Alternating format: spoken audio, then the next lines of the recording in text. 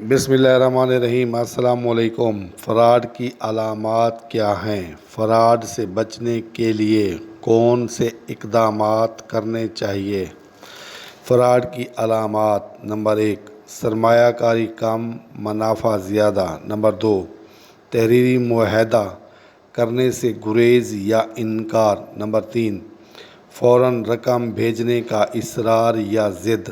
Number 4، نقصان نہ ہونے کی یقین دہانی۔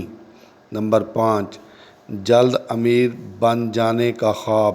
نمبر 6، موقع پر فیصلہ کرنے کا دباؤ۔ نمبر 7، فرضی یا مصنوعی ایماندار بن کر دھوکہ دینا یا فراڈ کرنا۔ نمبر 8، شروع کے دن میں کوئی قیمتی تحفہ دے کر اعتماد حاصل کرنا۔ نمبر 9، اجنبی شخص بہت کم دھوکہ دیتے ہیں، ہمیشہ اعتبار اور جاننے والا شخص دھوکہ دیتا ہے یا فراڈ کرتا ہے۔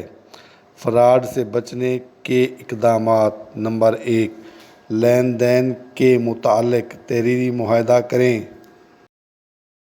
نمبر 2، نفع کے لالچ میں نہ آئیں۔ نمبر 3، نامعلوم افراد کو غیر ضروری طور پر اپنی ذاتی معلومات فراہم نہ کریں۔ نمبر 4، اپنے بینک اکاؤنٹ کے متعلق کسی بھی شخص کو معلومات فراہم نہ کریں۔ نمبر 5، اپنی قیمتی اشیاء کسی کے پاس امانت رکھنے کی بجائے بینک جیسی محفوظ جگہ پر رکھیں۔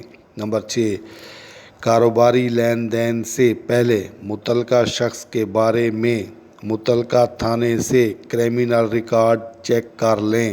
نمبر 7، آج کل انٹرنیٹ مختلف ایپ کے ذریعے فراڈ کیا جا رہا ہے۔